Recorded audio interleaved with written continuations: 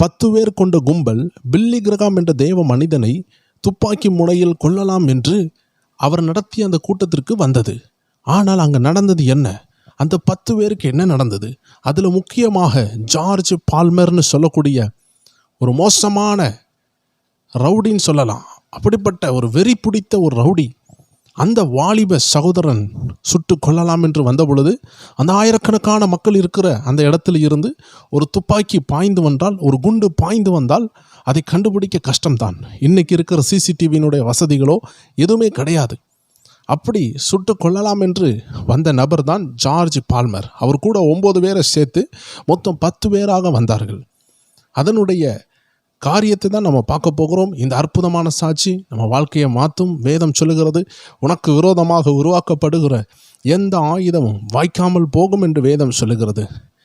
ஆட்டுக்குட்டிகள் எப்படி ஓநாய் மத்தியில் போகுதோ அந்த போல தேவன் ஒவ்வொரு தேவ ஜனத்தையும் அனுப்புகிறாராம். அதனால் ஆண்டவருடைய பாதுகாப்பு நிச்சயமாக இருக்கிறது என்று இந்த அருமையான சாட்சி மூலமாக நம்ம பார்க்க முடியும். அப்படி திடுக்கிடும் காரியங்களை இந்த அருமையான சாட்சி மூலமாக கேட்க போகிறோம். நீங்கள் பார்த்து கொண்டிருக்கிறது காட்ஸ் பவர் டிவி. வாங்க இந்த அருமையான சாட்சியை கேட்கலாம். இது நம்ம ஆவிக்குரிய வாழ்க்கையில் நம்ம விசுவாசத்தை தட்டி எழுப்பும் என்பதில் எந்த சந்தேகமும் இல்லை. 1949 கிட்டத்தட்ட 75 ஆண்டுகளுக்கு முன்பதாக நடந்த ஒரு காரியம். ஜார்ஜ் பால்மர்னு சொல்லக்கூடிய வாலிப சகோதரன் இளம் வயதில் இருக்கும் பொழுது, சின்ன வயசில் இருக்கும் பொழுது அவருடைய தகப்பனை இழக்கிறார். அதனால் அவர் என்ன நினைக்கிறார்னா, ஆண்டவர் கெட்டவர், ஆண்டவர் என் தகப்பனை எடுத்து விட்டார், ஆண்டவருக்கு அன்பே கிடையாது, இவரெல்லாமா ஆண்டவர், என் அப்பாவை எடுத்த ஆண்டவரை நான் எதுக்கு ஆராதிக்கணும், நான் ஏன் கடவுள் பக்தி உள்ளவனா வாழணும், என் ஆண்டவருக்கு இரக்கமே இல்லையே அப்படின்னு சொல்லி ஆண்டவர் மேலே விரோதித்து ஆண்டவருடைய வார்த்தை யாரெல்லாம் பிரசங்கிக்கிறாங்களோ அந்த நபர்களையெல்லாம் டீஸ் பண்ணுறது, மோக் பண்ணுறது, அப்யூஸ் பண்ணுறது, ரேக்கிங், பல சித்திரவதைகளை செய்திருக்கிறார்.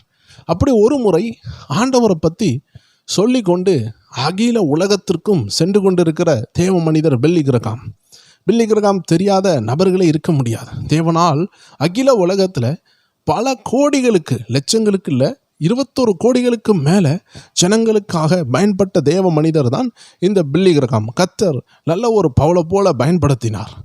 இந்த தேவ மனிதனை கொல்லலாம் என்று துப்பாக்கி எடுத்துக்கொண்டு தன்னுடைய சக நண்பர்களோடு 9 பேரோடு சேர்ந்து அந்த மீட்டிங்கில் உட்காந்துருக்கிறாங்க. மீட்டிங்கில் உட்காந்துருக்கும் பொழுது ஆல்டர் கால்னு ஒரு கால் இருக்கிறது. அந்த கால், அந்த அழைப்பு கொடுக்கும் பொழுது எல்லாரும் முன்னாடி வருவார்கள். யாரெல்லாம் இயேசுவை சொந்த இரட்சகராக ஏற்றுக்கொள்கிறாங்களோ முன்னாடி வாருங்க என்று சொல்லும் பொழுது, அந்த நேரத்தில் எல்லாரும் எழும்பும் பொழுது, எல்லாரும் சலசலப்பு என்று நடந்து கொண்டிருக்கும் பொழுது யார் கையிலிருந்து எது பாய்ந்தது என்று யாருக்குமே தெரியாது. உட்கார்ந்திருக்கும் பொழுது குறிவைத்தால் எல்லாரும் கண்டுபிடிச்சு விடுவாங்க. ஆனால் இந்த ஆல்டர் கால் சமயம் கைகளை உயர்த்துவார்கள், எல்லாரும் அழுது கொண்டு ஜெபித்து கொண்டிருப்பார்கள். அதனால் அந்த நேரத்தை உபயோகப்படுத்தி பில்லி கிரகாமை சுட்டு கொள்ளலாம் என்று வந்திருந்தார்கள். 9 பேரும் வந்திருக்கிறாங்க. 9 பேரும் அந்த மீட்டிங்கில் உட்காந்து அந்த ஆல்டர் கால், அந்த முக்கியமான நேரம், அந்த அழைப்பு வருகிற வரைக்கும் வெயிட் பண்ணி கொண்டே இருக்கிறாங்க. எப்படியுமே அது அந்த பில்லி கிரகாமனுடைய பிரசங்கம் முடித்த பிறகு தான் அந்த அழைப்பு வரும். இவர்களும் உட்காந்து வேண்டா வெறுப்பாக அந்த வசனங்களை கேட்டுக்கொண்டு இருக்கிறாங்க. இவர்களுடைய முக்கிய திட்டம் இந்த பில்லி கிரகாமை கொல்ல வேண்டும். இது உண்மையாகவே நடந்த ஒரு சம்பவம். இது ஒரு கட்டுக்கதை அல்ல. இவருடைய உண்மையான சாட்சியும் நம்மளுடைய இணையதளங்களில் இருக்கிறது. அவரும் இப்பொழுது வயது முதிர்ந்த ஒரு தாத்தாவாக மாறிவிட்டார். ஆனால் நடந்தது என்ன, அதை தான் நாம் இப்பொழுது பார்த்து கொண்டிருக்கிறோம். தேவச்சனங்களே, தேவ மனிதனுக்கு முன்பதாக ஒரு ஆயுதம் எழும்பி வருகிறது. துப்பாக்கி வைத்து அவருடைய நெஞ்சை பிளக்கலாம், அப்படியே சுட்டு வீழ்த்தலாம், அவர் செத்து போகட்டும் என்று ஒரு கெட்ட எண்ணத்தோடு வந்திருக்கிறான் இந்த ஜார்ஜ் பால்மர்னு சொல்லக்கூடிய சகோதரன். இவனுக்கு இருக்கிற ஒரே ஒரு காய்ப்பு, கஷ்டம் என்னவென்றால், என் ஆண்டவர் என் அப்பாவை எடுத்து விட்டார், ஏன் இதை அனுமதித்தார், மரணத்தை ஏன் அனுமதித்தார், அதனால் நான் ஆண்டவரை வணங்க மாட்டேன் என்று பிடிவாதம் பிடித்து கொண்டவனாக, எல்லாரையும் இகழ்கிறவனாக, துன்மார்க்கமாக வாழ்கிறவனாக வாழ்ந்து கொண்டு இந்த இடத்திலும் பில்லி கிரகாமை கொல்லலாம் என்று வந்திருக்கிறார். இப்பொழுது செய்தி கொடுக்க ஆரம்பித்து விட்டார். செய்தி நடந்து கொண்டிருக்கிறது. பல ஜனங்கள் அதை கேட்டுக்கொண்டிருக்கிறாங்க. ஆயிரக்கணக்கான மக்கள், லட்சக்கணக்கான மக்கள்னு சொல்லலாம், கிட்டத்தட்ட லட்சம் இருப்பார்கள். அவ்வளோ மக்கள் இருக்கிற இடத்தில் ஒரு 10 பேர் மோசமான சில கன்ஸ், அதாவது நாட்டு துப்பாக்கிகள், சிப் கன்ஸ் அப்படின்னு சொல்லுகிற சில துப்பாக்கிகளை கையில் எடுத்துக்கொண்டு வந்திருக்கிறார்கள். வந்து கொண்டு அந்த 9 பேரும் காத்திருக்கிறார்கள். எப்பொழுது ஜார்ஜ் பால்மர் வந்து சிக்னல் கொடுப்பாங்க, கொடுத்த உடனே நம்ம சரமாரியாக சுட்டு அவரை வீழ்த்த வேண்டும் என்று 9 பேரும் ரெடியாக இருக்கிறாங்க. ஒருத்தர் சுட்டாலே தாங்க முடியாது. 10 பேரும் 10 குண்டுகளை அனுப்பும் பொழுது பில்லி கிரகாம் சிதைந்து விழுந்து விடுவார். அதற்காக தான் காத்து கொண்டு இருக்கிறாங்க. பில்லி கிரகாமோ பரிசுத்த ஆவியினால் நிரப்பப்பட்டு வசனத்தை எடுத்து போதித்து கொண்டு இருக்கிறார். ஒவ்வொரு பேருடைய கண்களிலும் கண்ணீர். ஒரு தெய்வீக பிரசன்னம் அந்த அறையை நிரப்பி கொண்டே இருந்தது. அந்த இடத்தில் அலைகளைப் போல தெய்வ பிரசன்னம். சிலர் அழுகிறார்கள், சிலர் நெஞ்சை அடித்து இயேசுவே மன்னியும் என்று சொல்லி கொண்டு இருக்கிறார்கள். சிலரெல்லாம் நல்ல சந்தோஷமாக இருக்கிறார்கள், முகமெல்லாம் வெளிச்சமாக இருக்கிறது. அந்த இடத்தில் ஒரு குடிவெறி இல்லை, இச்சை இல்லை, உலக சிற்றின்ப எண்ணங்கள் இல்லை. அந்த இடமே பரலோகம் போல காட்சியளிக்கிறது. அதில் இந்த ஜார்ஜ் பால்மருக்கு ஏதோ நடக்க ஆரம்பித்தது. ஆல்டர் கால் கூப்பிடுறதுக்கு முன்பதாக ஒரு சத்தம் அந்த இடத்தில் உண்டானது. ஜார்ஜ் பால்மர், இங்கே நீ என்ன செய்து கொண்டிருக்கிறா அப்படின்னு ஒரு சத்தம் ஜார்ஜ் பால்மருக்கு உண்டானது. What are you doing here? இங்கே என்ன செய்து கொண்டிருக்கிறார் ஜார்ஜ் அப்படின்னு சொல்லி ஒரு சத்தம் உண்டானது. அந்த சத்தத்தை கேட்டவுடன் அவரால் ஒன்றும் செய்ய முடியவில்லை, திடுக்கிட்டார். ஆல்டர் கால்னுடைய நேரம் வர சமீபம் ஆகிவிட்டது. இவருக்கு ஏதோ நடந்து கொண்டே இருக்கிறது. நான் சொன்னேன் அல்லவா, அந்த இடத்துல இச்சைகளோ, காம விகாரங்களோ, கொலை எண்ணங்களோ, மூர்க்கமோ, வெறியோ, குடியோ, களியாட்டுகளோ ஒன்றுமே இல்லை. நரகமோ, நரக வாசனையோ, இல்லை பாவத்தின் சிற்றின்ப வாசனைகளையோ எதையுமே அங்கே பார்க்க முடியல. அங்கே பரலோகம், பரலோக வாசனை, பரலோக ஆராதனை. ஜார்ஜ் பால்மருக்குள்ளே இருந்த உள்ளான மனிதன் உயிரடைய தொடங்கினார். என்னதான் இருந்தாலும் அவருடைய உள்ளான மனுஷனுக்கு கடவுள் தேவை, கத்தர் தேவை. அந்த காட் சைஸ் டு ஹோல்ல ஏதோ ஒன்று உள்ள தேவைப்பட்டிருக்கு.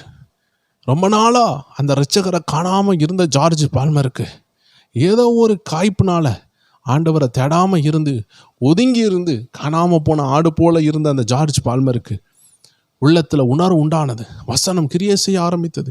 சத்தம் உண்டானது. ஜார்ஜ் பால்மர், இங்கே நீ என்ன செய்கிறாய் என்று ஒரு பரலோக சத்தம் கேட்டது. நொந்து போய்விட்டார்.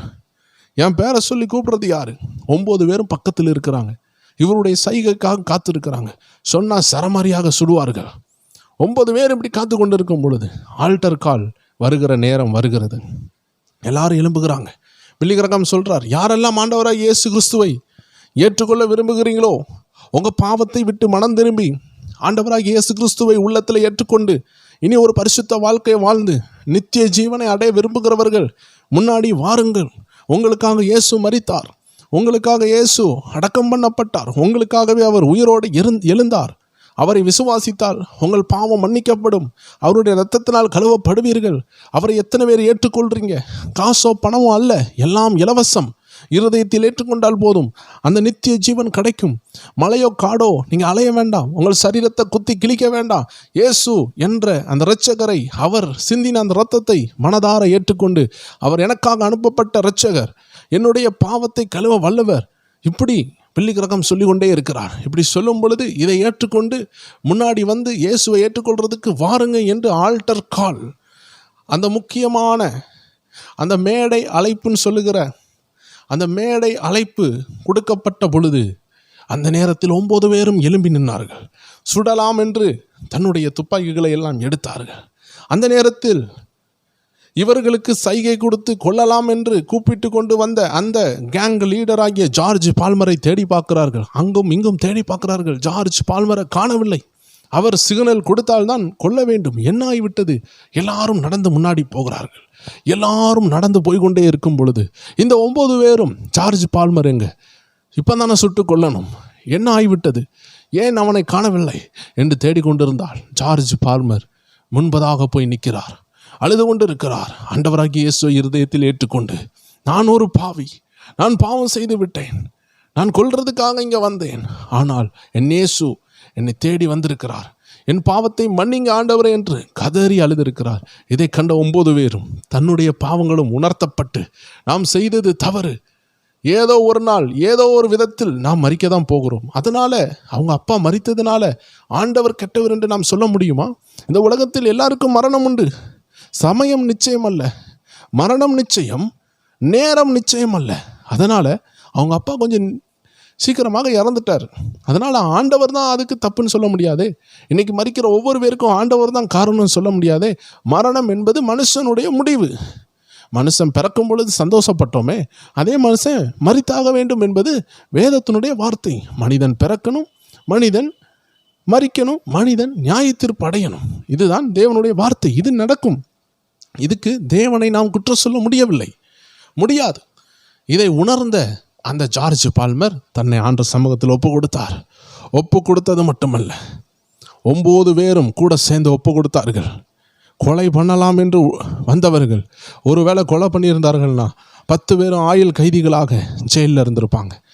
தேவ ஜனங்களே, இந்த அருமையான சாட்சி மூலமாக நம்ம உணர முடிகிற காரியம் என்னன்னா, கொலை பண்ணலான்னு போன அவர்களை, அவர்களுடைய உள்ளான மனிதனை கர்த்தர் உயிர்ப்பித்து, அவர்களுக்குள்ளாடி கொலையுண்டு கிடந்த அந்த மரித்து போன ஆவியை கர்த்தர் உயிரோடு எழுப்பினார். தேவ மனிதருக்கு விரோதமாக எழுப்பினார்கள். ஆனால் கர்த்தரோ தேவ மனிதனோடு இருந்தார். அபிஷேகம் பண்ணப்பட்ட தேவ மனிதனுக்கு விரோதமாக எழும்புகிற யாராக இருந்தாலும் கர்த்தர் நகைப்பார். கர்த்தருடைய கரம் அங்கே கிரியை செய்தது. அத்தனை பேரும் ரட்சிக்கப்பட்டார்கள். அத்தனை பேரும் அந்த துப்பாக்கிகளை தூக்கி வீசினார்கள். ஆண்டவருக்காக வாழ ஆரம்பித்தார்கள்.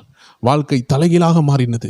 இதை கேட்டுக்கொண்டிருக்கிற யாராக இருந்தாலும் சரி, இந்த சாட்சி மூலமாக நாம் புரிந்து கொள்ள வேண்டிய ஒரு விஷயம், நமக்கு விரோதமாக உருவாக்கப்படும் எந்த ஆயுதம் வாய்க்காதே போகும் என்று சொல்லப்பட்ட வேத எழுத்துக்கள் சும்மா தண்ணியில் எழுதப்பட்ட ஒரு எழுத்துக்கள் அல்ல.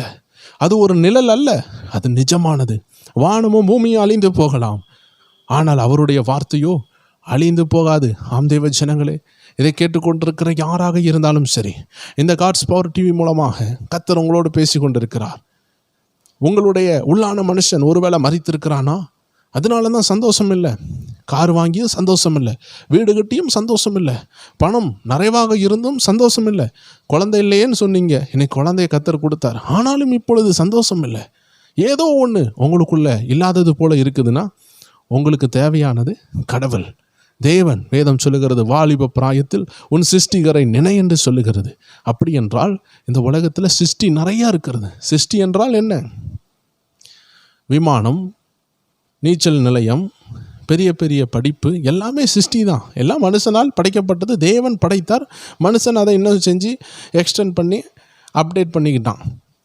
கர்த்தர் மரங்களெல்லாம் படைச்சார், அந்த மரத்தை வெட்டி கப்பல்லாம் பண்ணிக்கிட்டான். கர்த்தர் நல்லா மண்ணில் உள்ள தங்கங்கள், இரும்புகள் எல்லாம் படைச்சார். அவன் அதில் இருந்து, அந்த மண்ணிலிருந்து இரும்புகள் எடுக்கிறது, தங்கம் எடுக்கிறது எல்லாம் எடுத்து அவன் இதை அப்டேட் பண்ணிக்கிட்டான். இன்றைக்கி நீங்கள் உலகத்தில் பார்க்குற எந்த விஷயமா இருந்தாலும் அது மண்ணிலிருந்தே எடுக்கப்பட்டது. யோசித்து பாருங்கள். நீங்கள் இன்றைக்கி உட்கார்ந்துருக்கிற கட்டில், நீங்கள் உட்கார்ந்துருக்கிற நல்ல ஃபர்னிச்சர் எல்லாமே மரத்திலிருந்து எடுக்கப்பட்டது, மண்ணிலிருந்து விளைந்தது. எல்லா பொருளுமே மண்ணிலிருந்து தான் வந்தது. மண்ணில் உள்ள மரத்தினால், தண்ணீர்னால், காற்றினால், பலவிதமான விஷயங்கள்னால வந்தது. அது எல்லாமே சிருஷ்டியிலிருந்து வந்தது. வேதம் சொல்லுகிறது, சிருஷ்டியே அல்ல சிருஷ்டிகரை நினை. சிருஷ்டிகர்னா யாரு? கர்த்தர். அவர் தான் இதையெல்லாம் படைத்தவர்.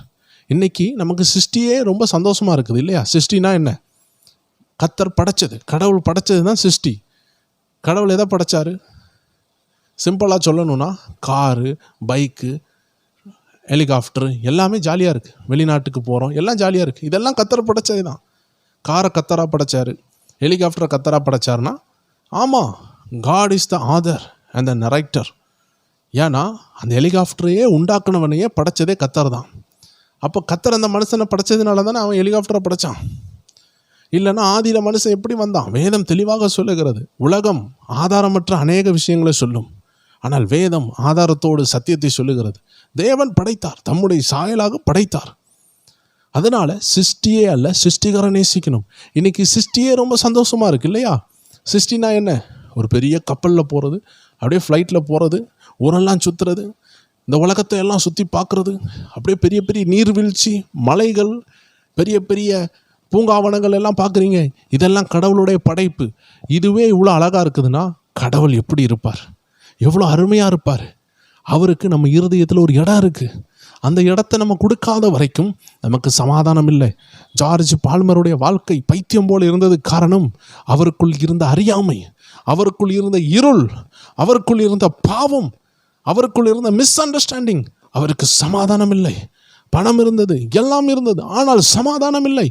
அதனால் தான் தேவ ஜனமே, வேத வசனம் பேசப்படுகிறது, பிரசங்கிக்கப்படுகிறது. பணத்துக்காக அல்ல, மதமாற்றத்துக்காக அல்ல, சமாதானத்திற்காக. இயேசு ரத்தம் சிந்திருக்கிறார். ஒரு பாவத்தை கழுவ இரத்தத்தினால் தான் முடியும். அந்த இரத்தம் குற்றமற்ற இரத்தமாக இருக்கணும். இந்த உலகத்தில் உள்ள படைப்பும் சரி, மனிதர்களும் சரி பாவத்தில் விழுந்திருக்கிறார்கள். அதனால தான் பாவமற்ற இறைவன் மனித குமாரனாக வந்தார். இந்த வார்த்தை மாம்சமாகி என்று வேதம் சொல்லுகிறது. அந்த இயேசுவை நாம் விசுவாசிக்க வேண்டும். நீங்கள் விசுவாசிக்கிறீர்களா என்று ஒரு கேள்வியோடு இந்த பதிவை நான் முடிக்கிறேன். ஜார்ஜ் பால்மருக்கு கிடைத்த சமாதானம் உங்களுக்கும் வேண்டும். வேண்டுமென்றால் என்னோடு சேர்ந்து சொல்லுங்கள், இயேசுவே என் இருதயத்தில் வாரும். எனக்காக நீர் மரித்தீர், எனக்காக நீர் உயிர்த்தீர், என்னுடைய இருதயத்தில் வாரும். என் பாவங்களை மன்னியும், உம்மை போல் என்னை மாற்றும், எனக்கும் நித்திய ஜீவனை தாரும். இயேசுவின் நாமத்தில் ஆமேன். ஆண்டவராக இயேசு உங்கள் இருதயத்திலையும் வந்திருக்கிறார். தொடர்ந்து இந்த வரிகளை சொல்லிக்கொண்டே இருங்க. புதிதாய் பார்க்குறவர்கள், ஆண்டவரை அறியாதவர்கள் இதை கேட்குறீங்கன்னா இதை சொல்லுங்கள். உங்கள் இருதயத்துக்குள்ள சமாதானத்தை நீங்கள் உணர்வீங்க, உங்கள் வாழ்க்கை மாறுறதை உணர்வீங்க. மீண்டும் வேறு ஒரு பதிவில் உங்களை சந்திக்கலாம். God bless you. God's power டிவியோடு இணைந்துருங்க. கீழே இருக்கிற காட்ஸ் பவர் டிவியினுடைய வாட்ஸ்அப் சேனலில் இணைந்து கொள்ளுங்கள். வீடியோ போடும்போதெல்லாம் உங்களுக்கு நோட்டிஃபிகேஷன் கிடைக்கும். God bless you.